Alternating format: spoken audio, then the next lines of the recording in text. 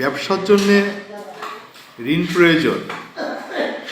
ঋণ হলে ব্যবসা ভালো হয়, ব্যবসা বড় করা যায়, ব্যবসা খুব ভালোভাবে করা যায়। এই ধারণা আমাদের সকলের আছে।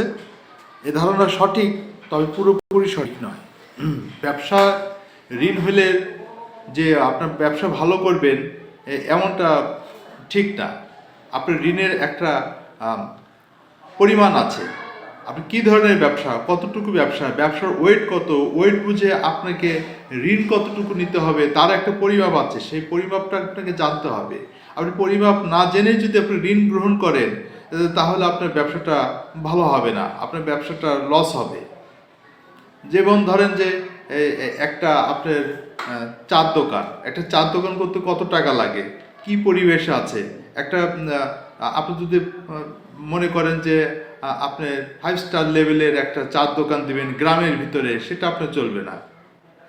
এরকম আপনাকে স্থান, কাল এবং অবস্থান ভেদে আপনাকে নির্বাচন করতে হবে কোথায় কি ব্যবসা করছেন, সেই ব্যবসা কতটুকু আপনার ঋণ প্রয়োজন, কতটুকু ঋণ নিলে আপনার ব্যবসা ভালো হবে, আর কতটুকু ঋণ নিলে আপনার জন্য খারাপ হবে, সেটা আপনাকে ক্যালকুলেশন করতে হবে। এই ক্যালকুলেশনগুলো সবাই জানে না, কিন্তু ব্যাংক কিন্তু ক্যালকুলেশন করে ঋণ দিয়ে থাকে। কিন্তু ব্যাংকের যে ক্যালকুলেশন ব্যাংক করে, সেই ক্যালকুলেশনের জন্য যারা ঋণ চায় তারা ঋণ পাওয়ার জন্যে ব্যাংক থেকে অনেক তথ্য লুকিয়ে রাখে, যার কারণে ব্যাংক এটা সঠিক হিসাব করতে পারে না। যে ব্যাংক থেকে আপনি ঋণ নিয়ে থাকে তাহলে সেটা ব্যাংক জানতে পারে, সিআইবি করে জানতে পারে। কিন্তু পাবলিক লোন, অনেক এনজিও লোন, সমবায় সমিতি লোন, আত্মীয় স্বজন লোন, এই সমস্ত লোন তো হাইড হয়ে থাকে। এই সমস্ত লোন জানা সম্ভব হয় না।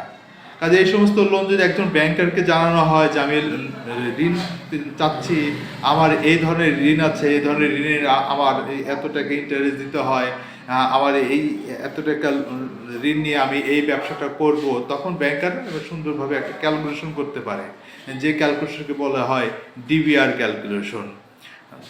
এই ক্যালকুলেশন করতে হবে। যদি ক্যালকুলেশন না করে আপনি অপর্যাপ্ত ঋণ নিয়ে থাকেন তাহলে আপনার জন্য ব্যবসা ভালো হবে না। আবার যদি আপনার ওভার ঋণ নিয়ে থাকেন তাহলে আপনার জন্য ব্যবসা ভালো হবে না।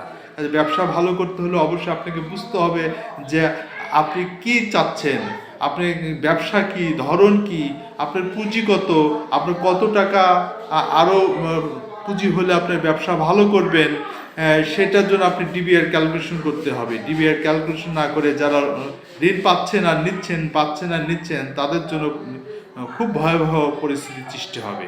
কারণ সাবধান, ঋণ পাইলে যে আপনি ঋণটা গ্রহণ করবেন এটা কখনোই করবেন না।